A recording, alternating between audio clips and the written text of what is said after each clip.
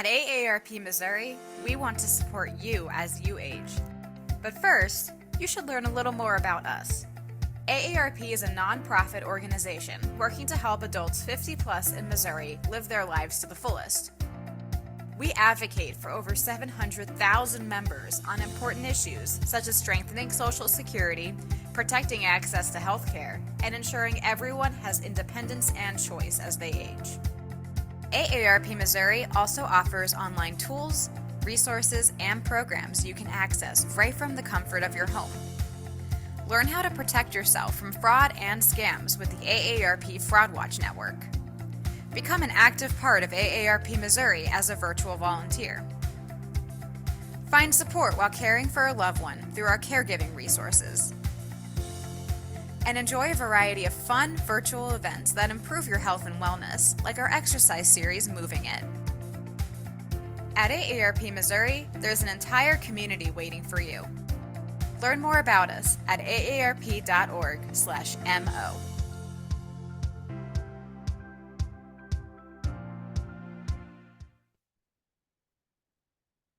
Hello, everybody, and thank you for joining AARP Missouri for our virtual series, Brain Matters.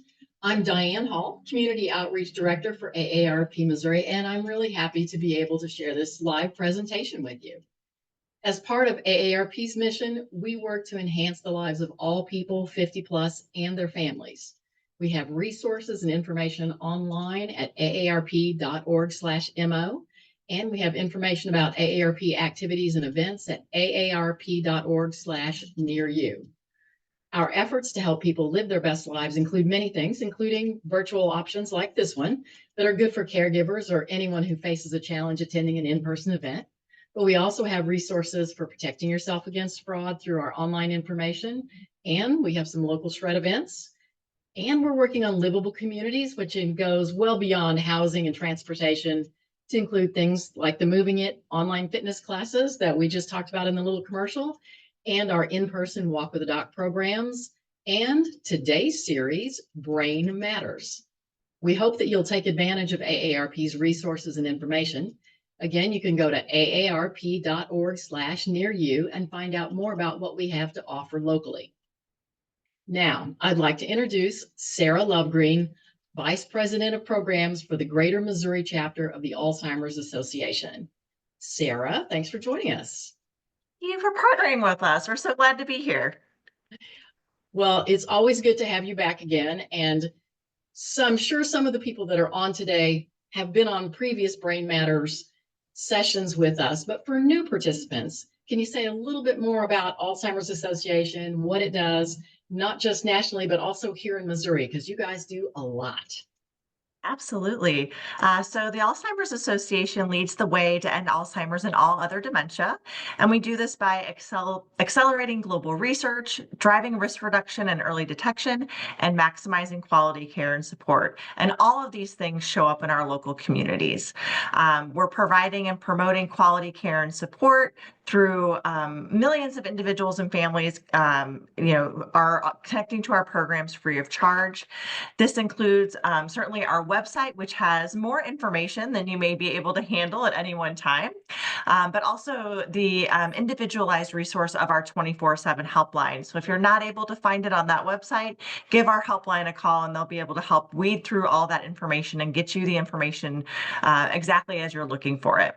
We offer a number of in-person and virtual education programs, support groups, and early stage programs throughout our state of Missouri and beyond, as well as, again, I think I had already mentioned that we do also do those virtually. These range from introductory programs like Healthy Living for Your Brain and Body, the 10 Warning Signs, to our new Empowered Caregiver series. So we may have some folks who saw our Empowered Caregiver Conference down in Springfield on the line, and we have a new one coming up in the Columbia area in late October. And Diane, now that we have 3 FDA-approved treatments available, our work to help people receive early and accurate diagnosis is more important than ever. And we're able to do that through programs like this. That is fabulous. And I was at the conference in Springfield, and it was awesome. So if you're around the one in Columbia, I urge you to go to that one. Great resources and great presenters. So it's definitely a good thing. Sorry, I just had to put that plug in there. Thank you, Sarah, because I don't want to prolong this because I know people are really here to learn about how healthy habits can impact their brain health. So I'm going to turn it back over to you and let you guys get started with the real content for this session today. So take it away. Yeah, so I'd like to introduce our presenter for today. Her name is Alexis Walker. Not only is she a community educator with the Alzheimer's Association, she's also a clinical research coordinator conducting Alzheimer's related research at the neurology department at Washington University School of Medicine. Amazing partner for us. Under the direction of Dr. Ganesh Bublal, she works as the lead coordinator for a program called ARCHES, which is the pioneering research study examining the impact of social and systemic conditions on Alzheimer's risk within the Black community. And we're going to hear a little bit more about that today as we talk about not only about healthy habits, but the social determinants of health that help encourage or discourage those habits. Alexis has served as a volunteer community educator with us since August of 2022. She received her bachelor's degree in cognitive neuroscience and African American studies from Washington University in St. Louis in May of 2021. And so, Alexis, I will turn it over to you and let you take it away. Sounds good. Thank you so much, Sarah. Good evening, everyone. As Sarah said, my name is Alexis Walker, and it's a pleasure to have you all on this Zoom webinar with us today. As was mentioned, I'll be talking about healthy living for your brain and body. As we go through, if questions come up, feel free to drop them in the chat. I'll try to answer them as we go throughout, but a bulk of them we'll try to answer at the end with a series of Q&A, given that some of the questions I may not be able to see on my screen at the same time as the presentation. But like I said, as we go through, if you have questions that come up, please drop them into the chat. So I'm going to go ahead and share my screen. Okay. So hopefully everyone can see what's on my screen up here, but today we'll be talking about healthy living for your brain and body. So some resources, scientifically backed resources and information on how you can live healthy starting today. And the important part is that it's never too late to begin living a healthy lifestyle and making slight changes in order to not only decrease our risk for Alzheimer's, but plenty of other things that we'll talk about today. So before we jump into the bulk of the presentation today, we want to go over learning objectives. So essentially what you should walk away from this presentation with. So first, we want to identify how certain behaviors affect our brains and bodies. And we'll also list strategies for healthy decision-making in the following areas: sleep, smoking, mental health, physical activity, balanced nutrition, cognitive engagement, and social engagement. Now, before we get too far into healthy living and some of those things, we want to talk about overall the brain. This is kind of why we're all here. So the brain is the control center of the body, and it has over 100 billion nerve cells, also known as neurons, that create a branching network that allow us to do things like talk, ride a bike, eat, and everything in between. Now, for a bit of a reference, we have there are about 8 billion people living on the planet. So you've got 12 and a half times as many nerve cells in your body, in your brain, making sure and building those connections so that you're able to function on a day-to-day basis. So your body holds a lot of information, and signals traveling through the brain form memories, thoughts, and feelings. Alzheimer's disease in particular destroys these brain cells. So an interesting fact is that our brain cells are the only cells in our body that do not regenerate. So the ones that you're born with are the ones that you will have through the rest of your lifespan. And so Alzheimer's disease is one of those conditions or diseases that kills those brain cells and reduces the number that you end up with, leading to some of those changes we see in our memory, thinking, and behavior over time. So when we think about the brain, we also want to think about the heart as well. So the heart and brain are interrelated. So what you do to protect your heart can also help your brain continue to operate at its best. So the brain needs blood flow, just like every other part of our body. The brain depends on oxygen and adequate blood flow to work well. It receives 20 to 25% of the blood from every heartbeat. So it's super important that we keep our heart healthy, because if our heart is healthy, our brain can be healthy too. Now, for this, I will have everyone, if you can, put in the chat your answer to this question.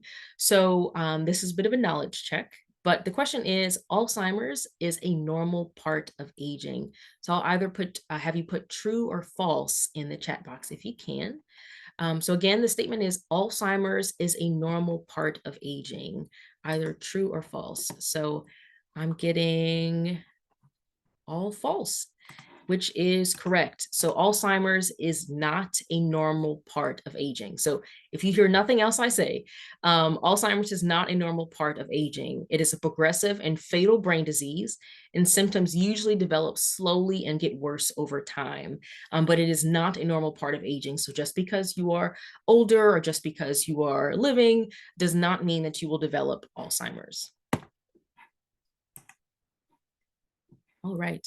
So as was mentioned, Alzheimer's and other dementia are not a normal part of aging. So some other forms of dementia are dementia with Lewy bodies, vascular dementia, frontal temporal dementia, Parkinson's, and a few others. Dementia, we like to think of it as a general or umbrella term that describes problems with thinking and memory that are severe enough to interfere with a person's daily life. Alzheimer's disease is the most common cause of dementia, accounting for about 60 to 80% of all cases, and there is currently no cure for Alzheimer's. However, there are drug and non-drug options that can help with symptoms and may have the ability to slow the disease progression. And so what we want to talk about today are some healthy behaviors that may lower the risk of dementia, that go beyond some of these medical, drug and non-drug options. So when we think about your health, your overall health is affected by quite a few factors. So we think about our genes and family history, our environment, and our lifestyle. So there are certain things that we'll all sort of experience as we get older. So our hair turns gray, our vision might go. It might take us a little bit longer to get from point A to point B. But then there's some differences between us that are more reliant on our family history, our genes, as well as our lived experience and our environment.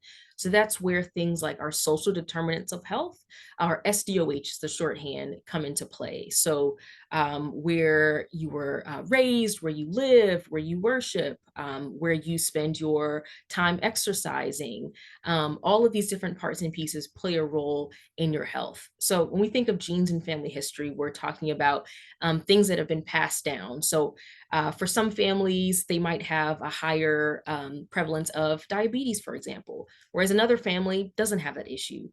Whereas one family typically lives into their 90s and possibly into their hundreds. Another family may not have that same situation. So genes and family history do play a role, but so do things like our environment. So where you live, your access to quality healthcare, the food that you eat, and just the lived experience around you. And then the lifestyle. So the choices that you make, the things that you put in your body. So whether you smoke, whether you eat well, your diet, whether you exercise. And these healthy habits may be beneficial for both your body and your brain. So going back to that brain and body, or brain, excuse me, brain and heart connection. So when it comes to your health as well, you want to ensure that you are in good connection with your healthcare provider about what your numbers are and what they should be. So things like ensuring your blood pressure is in check, your blood sugar, your weight or BMI, as well as your cholesterol, because these are some things that can increase your risk for dementia, but can also increase your risk for other things that might then down the line increase your risk for dementia. So ensuring that all of these things are in check, and being regularly vigilant of these numbers is important in decreasing your risk for things like dementia, and in particular Alzheimer's.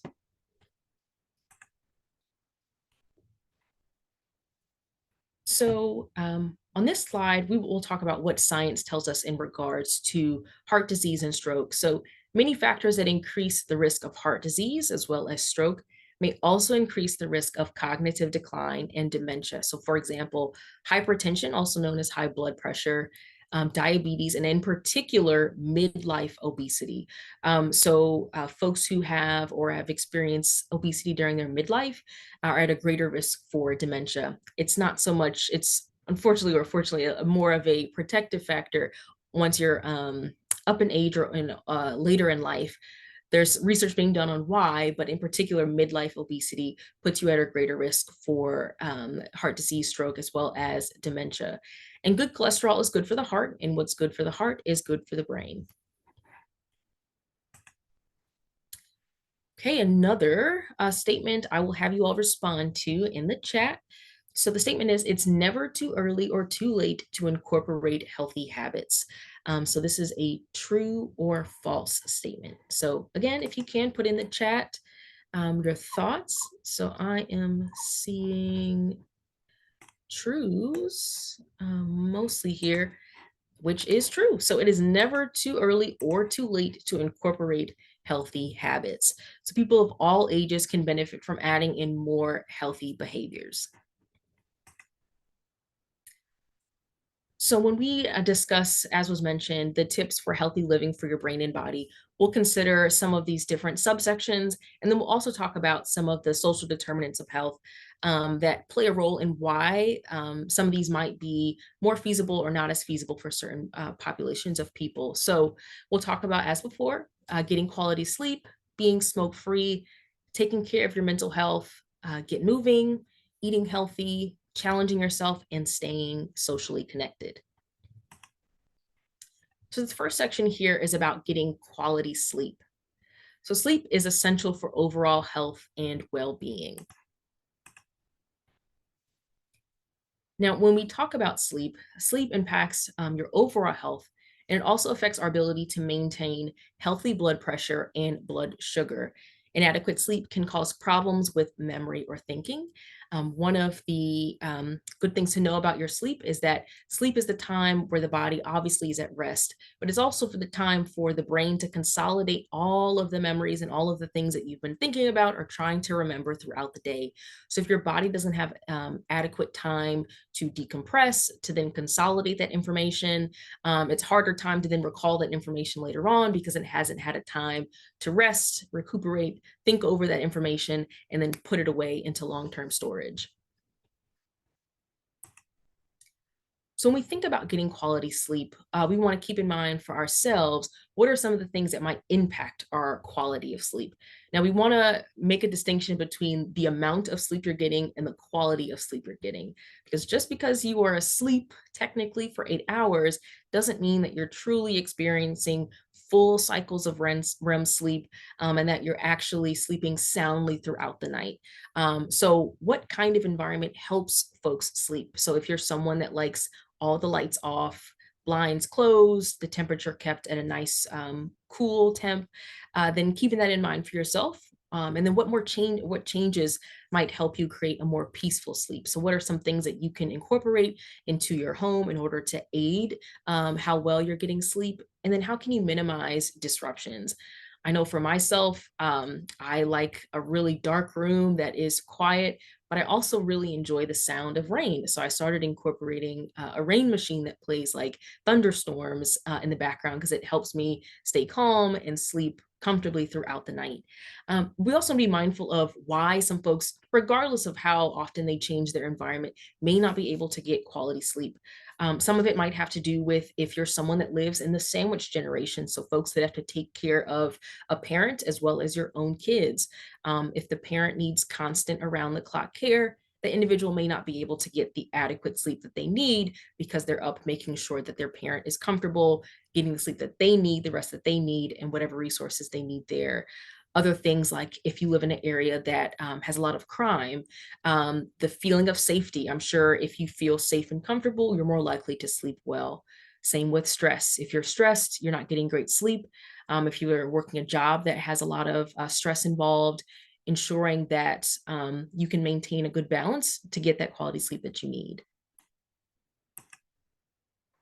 Now, some tips for getting quality sleep. And of course, these are all things that you can pick and choose and what works best for you. So controlling the room temperature or amount of light for what you prefer, turning off screens before bedtime to help wind down before sleep, Another great recommendation is a lot of people find easier to rest if you are reading at night as opposed to looking on your phone or surfing the web. And then, of course, talk to your doctor if you experience frequent sleep problems, because it could be something like sleep apnea, in which a CPAP, for example, is necessary. All right, the next section is about being smoke-free. So smoking has a direct impact on the health of your brain. So what science tells us, studies have found that smoking increases the risk of cognitive decline and may increase the risk of dementia. Quitting smoking may reduce a person's chance of developing cognitive decline back down to the levels of non-smokers. So some things to keep in mind. What could help you stop smoking or staying smoke-free? Does that mean getting enrolled into a program in which you have other people who are also trying to quit smoking? Does it mean having an accountability partner? So someone that checks in with you on whether or not you're remaining smoke-free? Does that mean getting a patch or seeing a physician about any medications that you could be put on to help deter you from wanting to smoke? And then what are some resources available online or in your community? So sometimes something as simple as doing a quick Google search can give you a lot of information about resources in your area. So some tips: finding support through quit lines. So using like hotline numbers and contacting someone who is intentionally there to help work or help people work through becoming smoke-free. Talking with your doctor or another healthcare professional, as well as looking for a smoking cessation program or strategy that works for you. All right. So this next one is talking about taking care of your mental health. So it's important to prioritize yourself and make time for self-care. So when discussing self-care, pay attention to your stress level and any symptoms of anxiety, depression, or other concerns. These affect the health of your brain as well.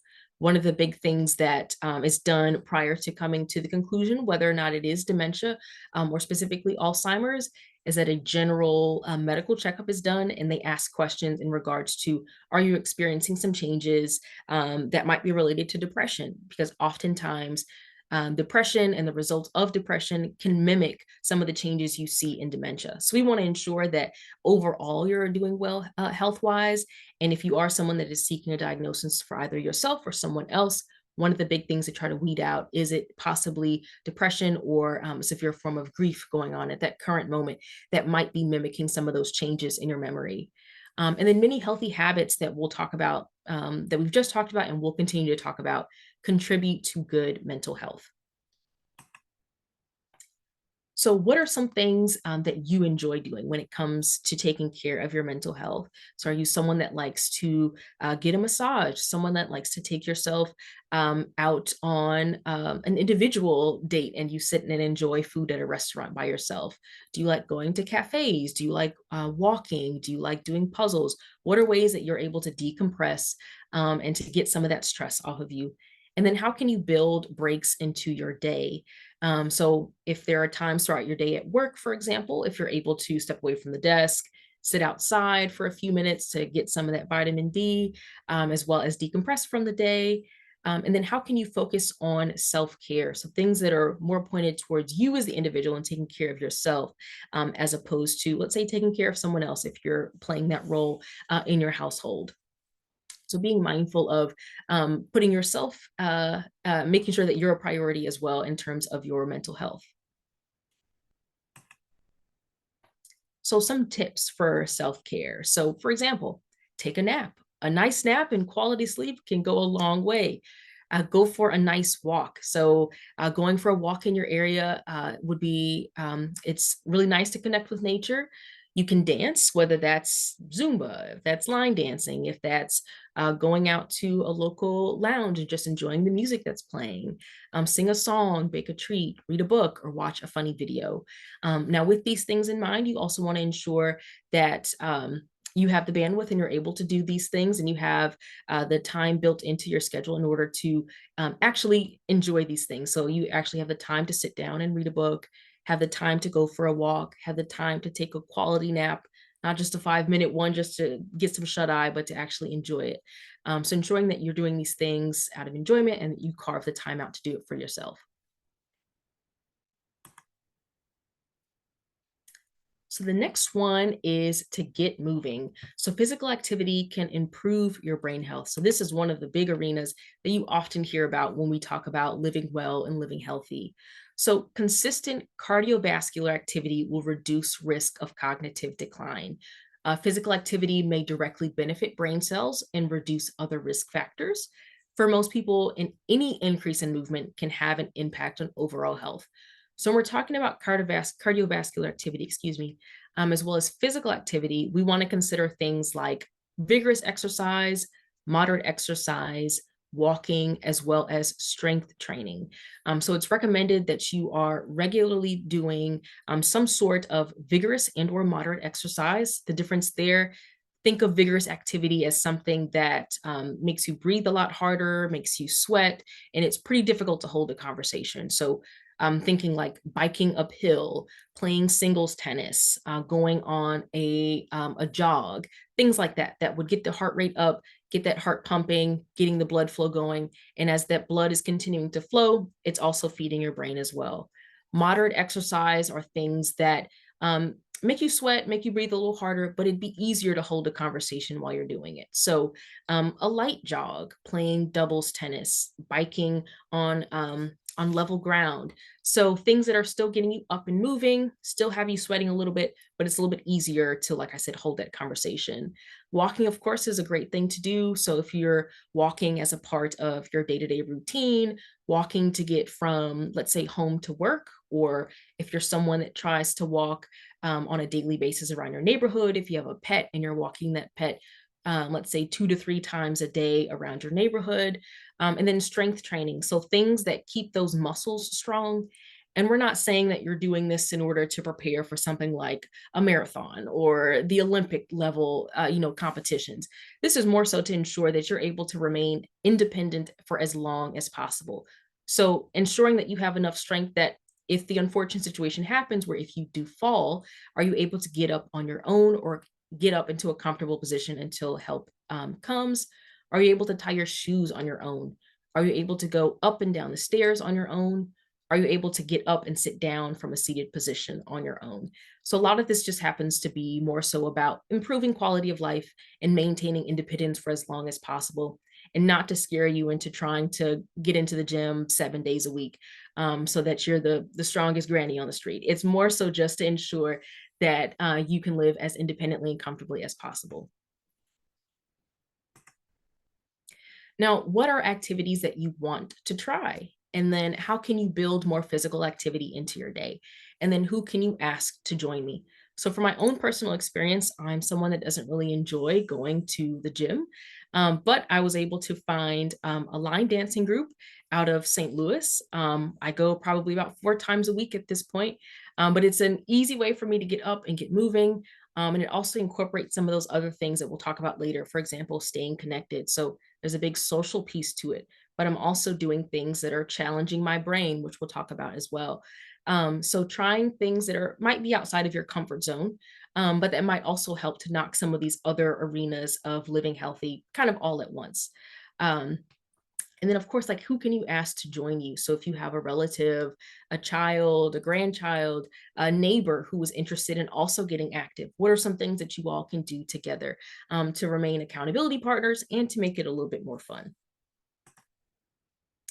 So find things that might be already a part of your day. So walk around your neighborhood, take the stairs more often, or get off the bus a stop earlier.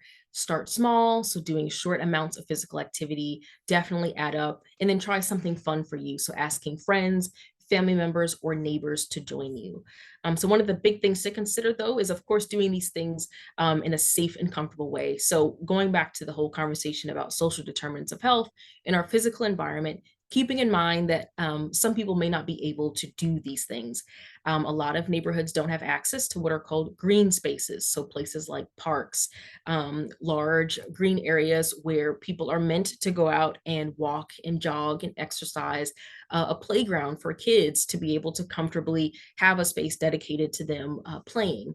little things that you may notice, such as neighborhoods having or not having sidewalks, for example. So a safe and comfortable place for residents in the area to walk from point A to point B is super important in people's willingness to exercise.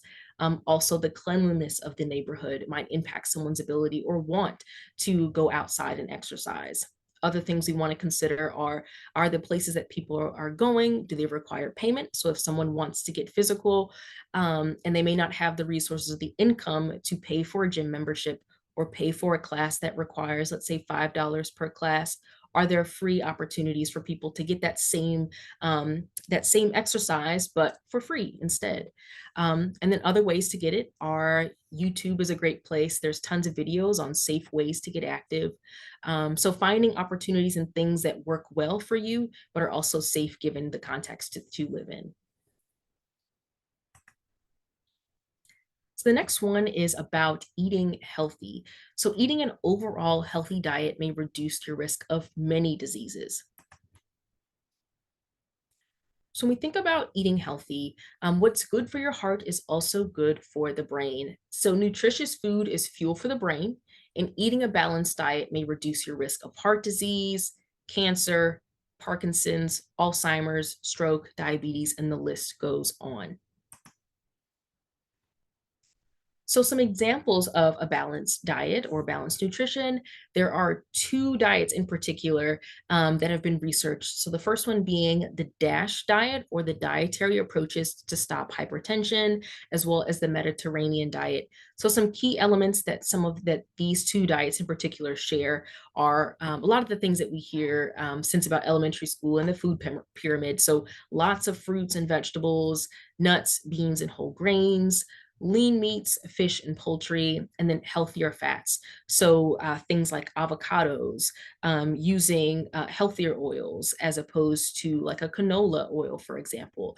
And then limiting your sugar and salt intake. So a lot of this has to do with what are some of the foods, in particular the Mediterranean diet, are foods that you see a lot around the Mediterranean Sea. So lots of fish, lots of fresh fruits and vegetables, those lean meats, nuts, beans, legumes, and so on. So there's tons of examples of these online, and it's really easy to try to swap out some of your normal foods for healthier options.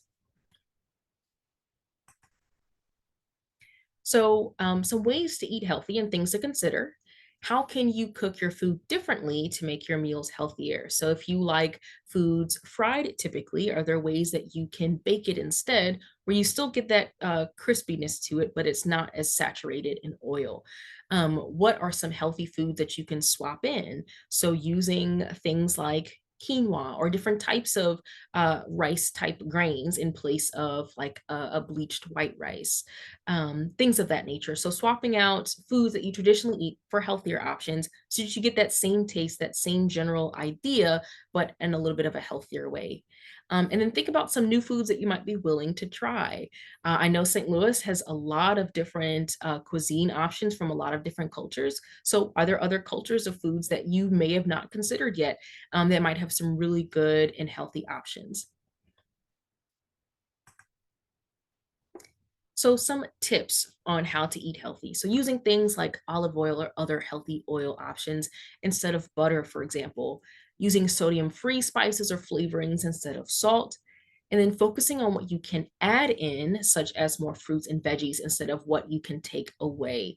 So one of the big things we want to ensure is that that you're full in the end, that you're enjoying your meal. So don't think of it as something that's a punishment, but as an opportunity to try and expand your palate.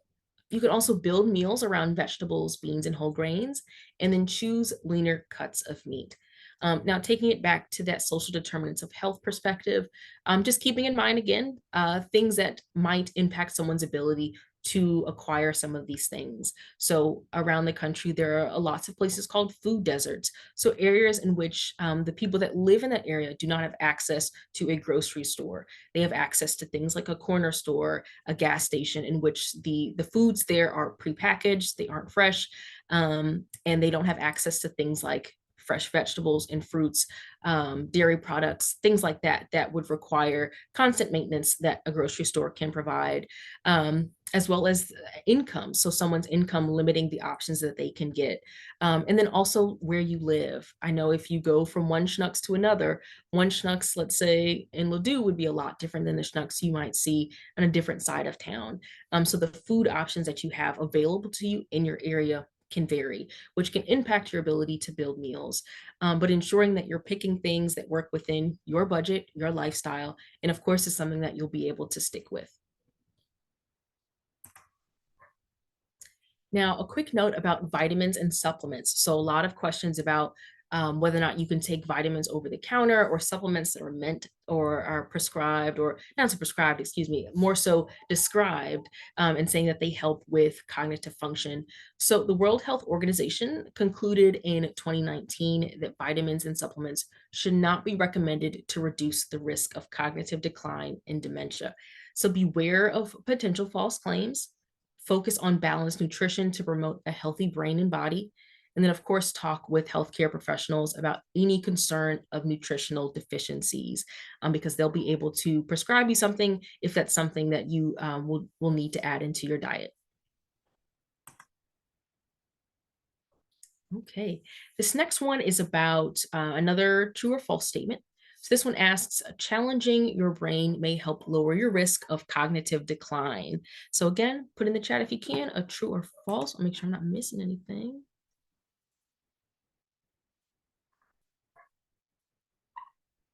Okay. True. Okay, so I'm seeing mostly true. So challenging your brain may help lower your risk of cognitive decline, which is true. So continuing to challenge our minds as we age may lower the risk of cognitive decline. So challenging your mind might have a short and long-term benefits for your brain. So what exactly is cognitive engagement? So cognitive engagement is a term that means keeping your mind active and challenged. So keywords there being active and challenged. So this can be learning new skills, working on a challenging task, or engaging in ongoing learning. So one of the big things we've learned in Alzheimer's research is that a big protective factor at lowering risk for dementia, as well as protecting people from some of the more behavioral symptoms that come with dementia, is in particular education. So higher education decreases your risk for Alzheimer's and other dementias, but as well as constantly keeping your brain active and challenged. So you want to do things that basically stretch the brain. So a lot of people think of the brain like a muscle. So you want to constantly exercise with it and do new things in order to make some of those new connections between those brain cells we talked about earlier. So doing things that challenge, new tasks, ongoing learning, and we'll talk about some examples as well. So keeping your mind active forms those new connections among brain cells, as was mentioned. Cognitive engagement encourages blood flow to the brain. Mentally stimulating activities may possibly maintain or even improve cognition. And then engaging in formal education may keep your brain healthy and can provide protection against developing dementia. So ways to challenge yourself. So what new hobbies or skills do you want to learn? What activities sound like a fun challenge? And what topics would you like to learn more about? And we'll talk about some specific tips in just a second here. So some tips to challenge yourself. You could potentially take a class at a local college or community center on a new topic or skill. You could try a new cooking technique, learn a new language, build a piece of furniture. IKEA is a great place to start. All of their furniture is like complicated for no reason. And then learn how to play a new strategy game like chess, for example. So the idea is to, like I said, learn a new thing or try to challenge yourself to try something different. So if you're someone that likes to do, let's say, crossword puzzles, excuse me, Sudoku or things like that, if you're someone that kind of whips through them pretty quickly, you can get them really with no problem. Maybe try taking it up a notch and doing something that might be a little bit more challenging. So trying a crossword puzzle that might be a harder level, or a Sudoku puzzle that might be on a harder level. Again, there's tons of resources online. A lot of places, especially since the pandemic, have offered free courses online for folks who are just interested in learning any and all topics.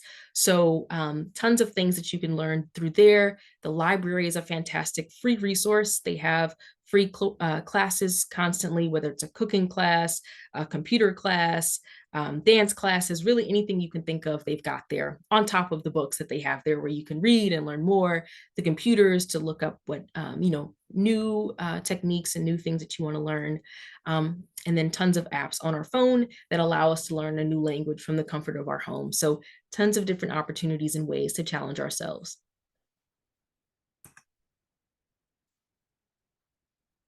Okay. And so this next and last one is about staying connected. So connecting with others socially can have many health benefits. So in particular, staying socially active may support our brain health. Social engagement is associated with living longer with fewer disabilities, and those who feel well connected tend to make healthier choices in other areas. So how do you stay connected? So how do you like to stay connected with others? Are you someone that likes to go to church on a weekly basis or more than once a week? Are you seeing people in that regard? Are you someone that likes to engage with your neighborhood? So do you like to sit on the porch with your neighbor and enjoy a nice cup of tea at 3 o'clock in the afternoon? Are you someone that likes to volunteer and get engaged with the larger community? And then with that, going along with that second point, so how can you get involved in your community? One way is that you can become a volunteer with the Alzheimer's Association. So doing presentations like this on behalf of the association or becoming a community representative. If you're someone that has a passion for the homeless, working at a food bank, for example. And are there any clubs or groups that you'd like to join? So maybe your friends, or you might have a new hobby that you've learned in trying to challenge yourself mentally. Are there clubs or groups of people that are also doing that same thing together? So if there's a book club, discussing the book that you read to get a better grasp of not only what you read, but also to better connect with the people around you and hopefully finding those who are also interested in similar literature. So some tips for staying connected: volunteering for a cause that's important to you, scheduling a regular phone call or video chats to keep in touch, especially for folks that live across state lines or across the country, visiting friends and family, and then participate in events in your community, especially for those that are local and within walking distance, getting out, getting active, and then participating in those and engaging with people in your area is great for everyone. Okay, so just as a quick overview, you can live healthy for your brain and body by doing some of the things that we talked about. So getting quality sleep, remaining smoke-free, taking care of your mental health, getting moving, eating healthy, challenging yourself, and staying connected. So what are some ways that we as the association can help you achieve these goals?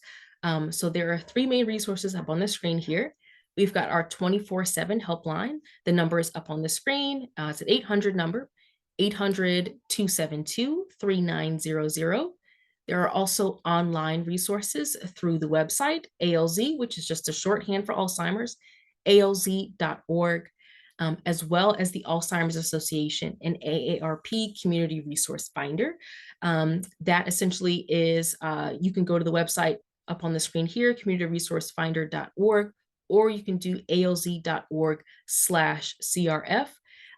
It's a fantastic resource. If you just pull up the website, input your zip code, and then what specific resource you're looking for, whether it's more information on financial resources, legal resources, respite care, and everything kind of in between when it comes to the spectrum of Alzheimer's and dementia care. It'll give you a list of local resources in your area that might be able to help with that specific area. So tons of opportunities for resources and help. With the helpline, there are master's level clinicians on the other end that are available any time of day, any day of the year, to answer any and all questions you have related to Alzheimer's, dementia, caregiving, and anything in between. All right, so I'm going to check the chat for questions. Thank you, Alexis. This was amazing. Um, yeah, I think so. Can you tell so I think a little bit about as you mentioned some of the social determinants of health. And so could you just share a little bit about the ARCHES study and why that work is so important as we think about sort of life experiences, our health behaviors, and how that relates to Alzheimer's disease? Sure. So, as Sarah mentioned, I work for the ARCHES study. ARCHES is a mouthful, but it stands for Aging Research Characterizing Health Equity via Social Determinants. So, we're basically looking at how more so the environment impacts brain health, specifically in the Black community in the St. Louis or greater St. Louis area. And this is information you can find on the Alzheimer's website as well. This particular fact I'll mention. But unfortunately, African Americans are at twice the risk of developing dementia and Alzheimer's compared to our white counterparts. The Hispanic and Latino population are at about 1.5 times greater risk compared to their white counterparts. So we want to understand why that difference is there.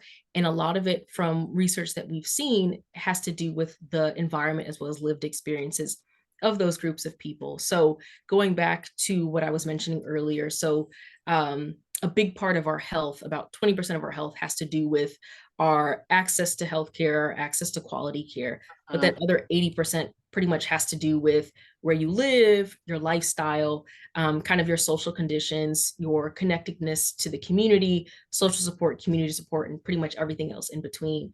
So we want to understand what are some of the differences that might make it so that we as African Americans are at a greater risk. And so we're doing a lot of more qualitative work. So talking to people who live in St. Louis, who are aging in St. Louis, who are in the age range. We're looking for folks, particularly who are 45 and up. So people who are aging, who have either taken care of someone living with Alzheimer's, have no experience with Alzheimer's, have concerns for themselves that they might have Alzheimer's, and just getting from them what has played a role in why they do or do not seek healthcare, why they do or do not receive adequate healthcare, what might play a role in why they might or might not feel comfortable going outside and exercising, their access to good food. So what are some of these differences that we're seeing? And then how do they play a role in our overall health outlook and outcome? Great, thank you. So we had a couple of questions come in on physical activity. So, right, in, as we think about moderate versus vigorous, and let me try that again. So we think about moderate versus vigorous physical activity. Is there a general recommendation in terms of frequency or length, in particular, as it comes to when we think about brain health? Yes, there is. I believe it's 75 minutes on average a week of vigorous exercise with 2 days of strength training. And then, or you can do 150 minutes over the course of a week of moderate exercise with 2 days of strength training. Or you can like mix and match and mix things up. But the idea is that regardless, you want to do some sort of strength training to keep that muscle there, whether it's in your arms, your legs, to maintain, like I said, that independence as long as possible. But then also keeping that heart moving. Vigorous exercise and moderate exercise is not necessarily one that's like more important over the other. It's more so the amount of time and the quality of it that you're doing.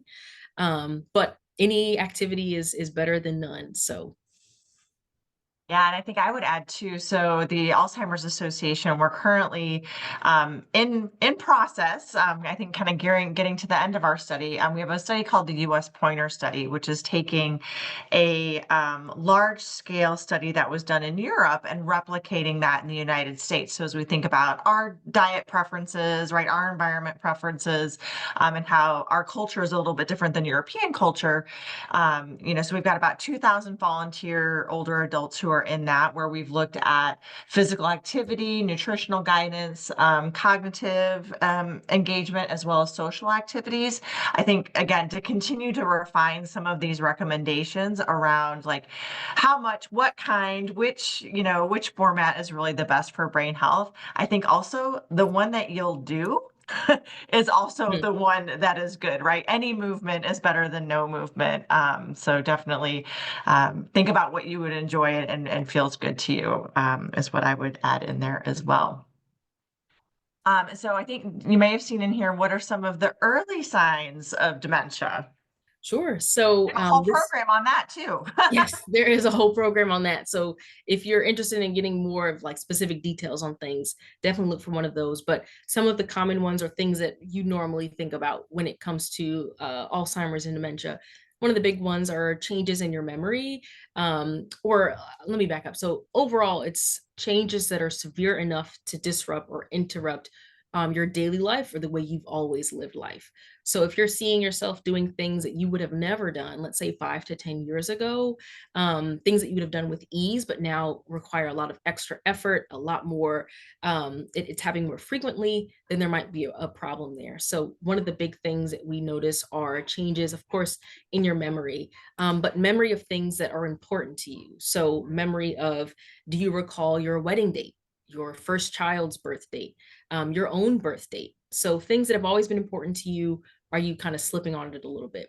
Now, of course, give yourself some grace. I know my grandparents have a bunch of grandkids. So trying to remember every grandkid's name, it gets jumbled very easily.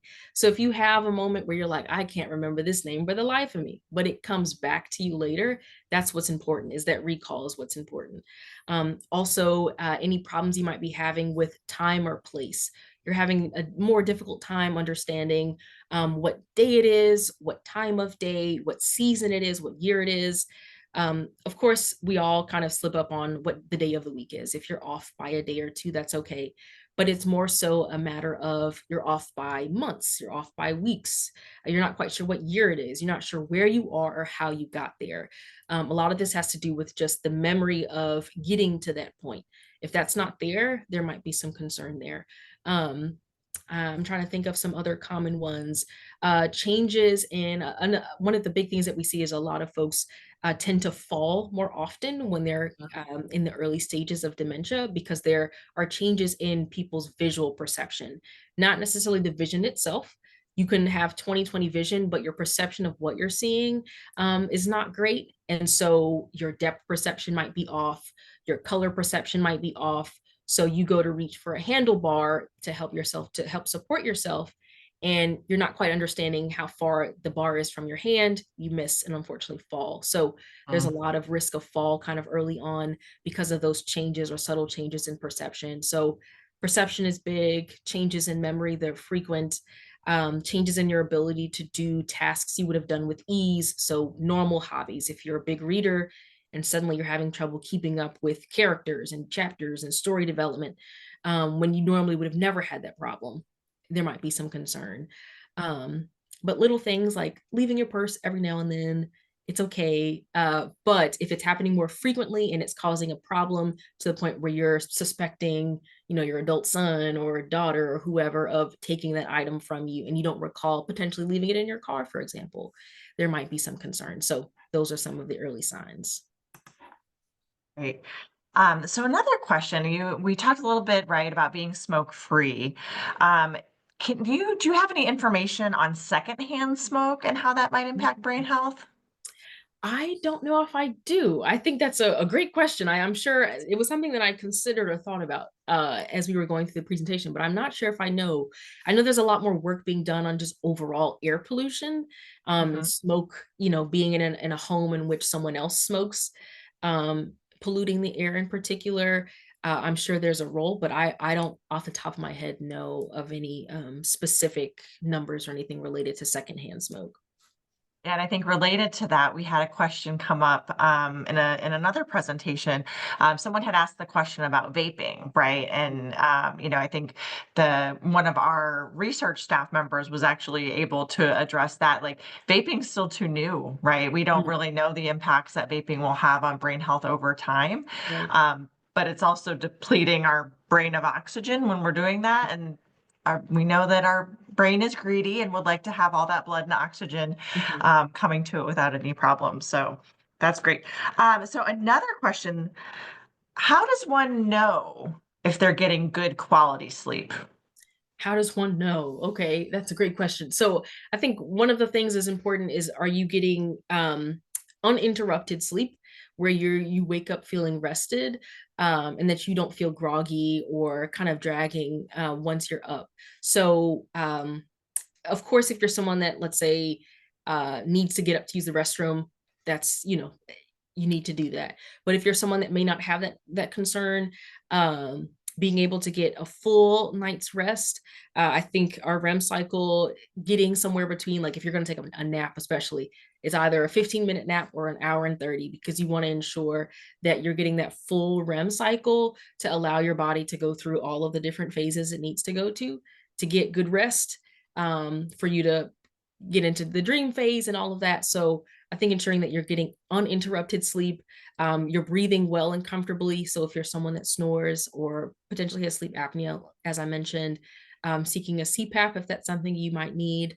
And then you wake up feeling rested, rejuvenated, because that's the whole point of sleep, is that it's a form of long rest. So you want it to feel rested and rejuvenated the next day. Absolutely. Well, thank you so much. I'm also going to drop. I know you had mentioned Arches and that being St. Louis based, but for our colleagues on the phone that may not be in St. Louis and take advantage of that, certainly there are a whole host of research options available through a service that we use called Trial Match. And that's looking for healthy volunteers, people with a family history, maybe.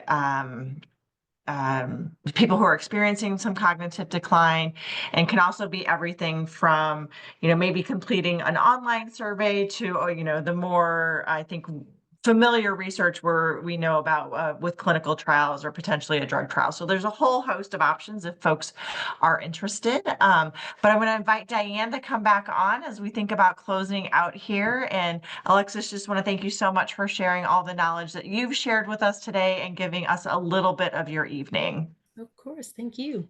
Yeah, absolutely. That was some fabulous information. And yeah, it gives me a lot to think about, because I'm kind of in the age bracket where I've got to start thinking about these things for myself and my loved ones as well. So really appreciate all the great information. And Sarah, thank you for connecting us to the information. A lot of the things that we can do. And I think I really appreciate, Alexis, what you said about there's never too soon or too late to start these things. So we can start these things today to reduce our risk for dementia and live that overall healthier lifestyle. And the other thing that you guys mentioned was the self-care, because that is so important. Many of us are not just caring for ourselves, but we're that sandwich generation that Alexis talked about, or we are a caregiver of a loved one. And we really do appreciate the insight from the Alzheimer's lens. So thank you guys very much for all that information. It was fabulous. Thank you. And I want to thank all of our attendees today. They were participating to Alexis's questions in the chat, and that always makes for a much more fun virtual experience for us. So thank you all for your attention and participating with us. And really just looking forward. I know we've got another virtual program coming up in November as we think about it's called Joy for the Holidays, as we think about how we may need to adapt or adjust our holiday celebrations when including caregivers and individuals living with Alzheimer's or another dementia. So would love to invite people to join us for that if that is something they are interested in as well. Absolutely. And I want to echo Sarah and say thanks to all of you for joining us to learn what you can do to reduce your risk for Alzheimer's disease and live that healthier lifestyle. We hope that you've enjoyed today's session. It's part of, as Sarah was saying, that our 2024 Brain Matters series. We've got another one coming, but you can always look it up by going to aarp.org/Brain Matters, and you can learn about all of our upcoming offerings. We've got an empowered caregiver workshop coming up in Columbia that we talked about earlier. That's on October 30th. And AARP has a caregiver summit in Poplar Bluff coming up on November 1st. So go to aarp.org/local and you can find all those and other upcoming 2024 offerings. And do not forget to visit alz.org and aarp.org/caregiver for more information that you can use right now. So thank you again, everyone, for spending part of your evening with us. We'll see you next time.